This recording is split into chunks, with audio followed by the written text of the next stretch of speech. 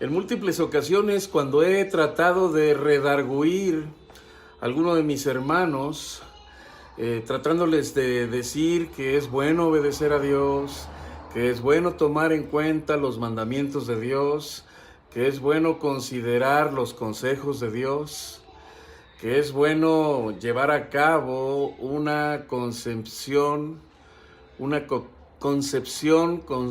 completa, una concepción completa de toda la palabra de Dios para estar seguros que estamos bien interpretando su voluntad y que obedecer a Dios es bueno.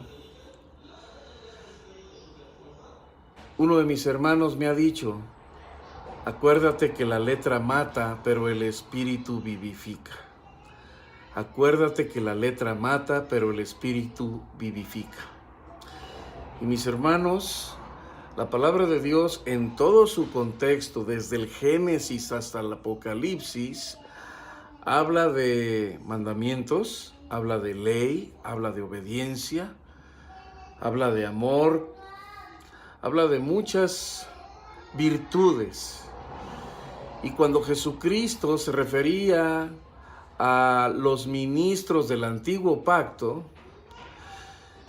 y cuando no estaba de acuerdo con ellos, era precisamente porque habían pasado aproximadamente 400 años en que el Espíritu de Dios había dejado de tener comunicación con el pueblo judío a través de sus profetas. O sea que el escrito de Malaquías, que es el último escrito del Antiguo Testamento, se escribió 400 años antes del nacimiento de Cristo.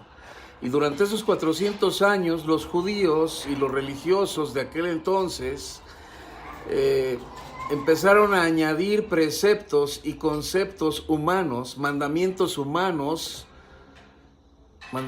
de hombres, tradiciones de hombres, que incluso iban en contra del Antiguo Testamento, iban en contra de la palabra de Dios.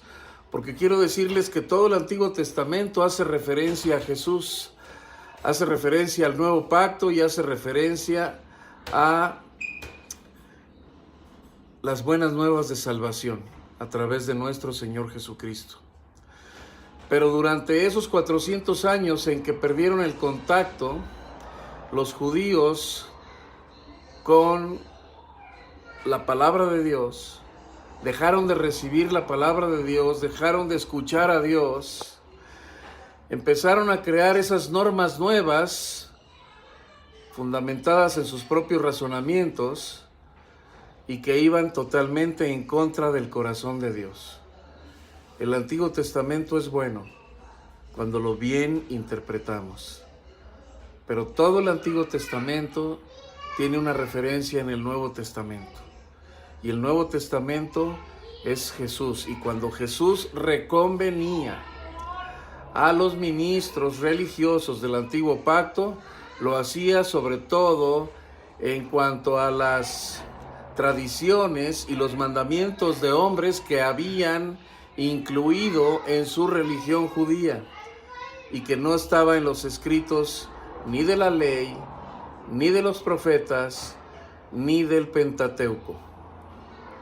En virtud de lo cual, eso de que la letra mata y el espíritu vivifica, quiero decirles que no es conforme a lo que muchos piensan, que podemos vivir la vida loca, que podemos pasarla muy a gusto, porque Jesucristo ya pagó por todos nuestros pecados.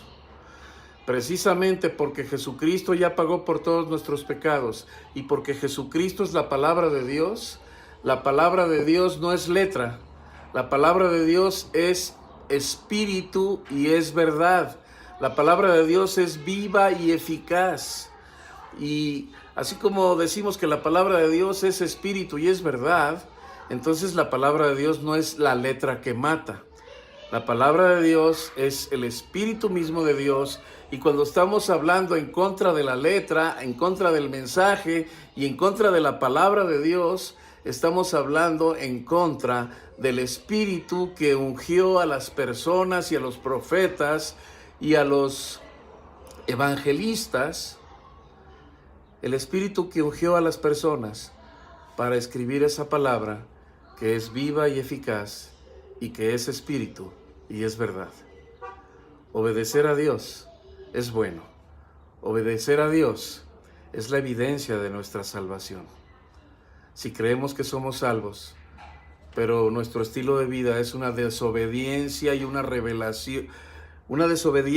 rebelión constante en contra de la palabra de Dios, entonces tenemos que dudar acerca de nuestra salvación, porque una salvación sin evidencias, una fe sin evidencias,